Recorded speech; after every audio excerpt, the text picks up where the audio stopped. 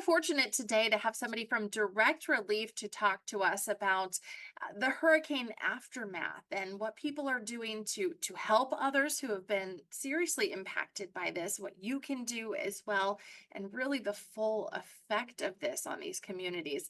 Yvonne, thank you so much for joining us. Thank you for having me. It's a Can you pleasure to be here.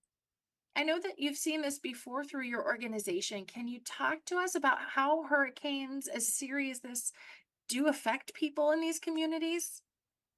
Yes, definitely. I'm from Puerto Rico, so I know we still have PTSD from Hurricane Maria back in 2017. Back then, the entire island lost power. We were without power for, in some places, up to a year.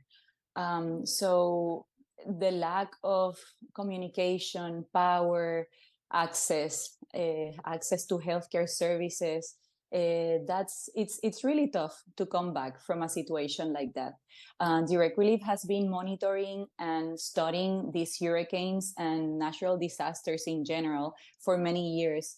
And that's at our core, right? And we knew this season was going to be rough. Every year they get stronger, more frequent. And but it's July. It's surprising that it started this strong, this fast.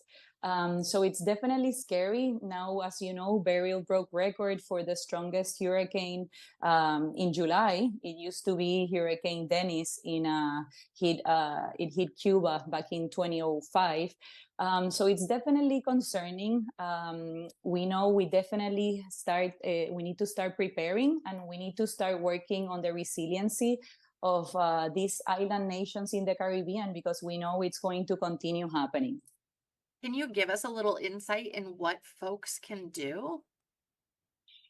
Definitely. At an individual level, we always say it's very important to know your routes, know where the shelters are, where the hospitals are, where the clinics are.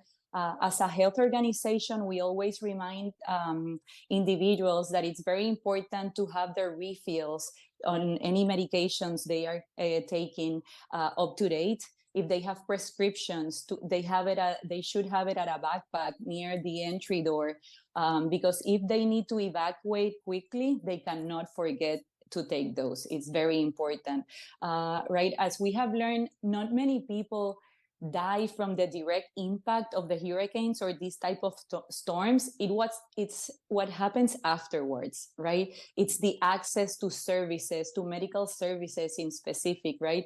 Back in Puerto Rico and in many places with Dorian in Bahamas or in US, Texas, Florida, we lose power, right? And since we are in islands, it's much difficult for materials to get shipped in, to start communications again, or to reestablish a connection.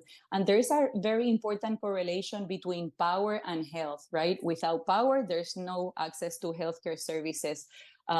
So it is very important, again, to be prepared and to take those prescriptions with you. Can you talk to us about the organization Direct Relief and the mission? Yes, our mission is to improve the healthcare and the access to to health services of the people that are impacted by natural emergencies and poverty, right? Right now, for Hurricane Beryl in the Caribbean, we have been, one of our most important programs is the Hurricane Preparedness Packs, where before the hurricane season starts, we pre-position stockpiles of medications. It includes medical supplies, wound care supplies as well. And we pre-position them in specific areas where we know it's very possible that the hurricanes are going to be passing across. So we did have two of them in St. Lucia, and with the assistance of OECS, which is an organization, another nonprofit organization that we have partnership agreements with, we were able to move them from St. Lucia to St. Vincent to start in support. We have been continuous communications with the Ministry of Health of St. Vincent, and we are now providing hygiene kits. A shipment left Santa Barbara today with hygiene kits, and there's another shipment from Puerto Rico to St. Vincent with medical cots and a tent for shelter. Having been through a very serious hurricane yourself, do you have any words to share with those who are being most impacted right now? My heart is with them. I know it's tough. We definitely have to take this seriously. We need to prepare. Last year, for example, Direct Relief congregated an event where we invited ministries of health of 15 island nations. And it was very important because we started learning from each other and talk about learnings and what can we better, talk about resiliency. And we have to continue that conversation because, again, these emergencies are going to continue happening.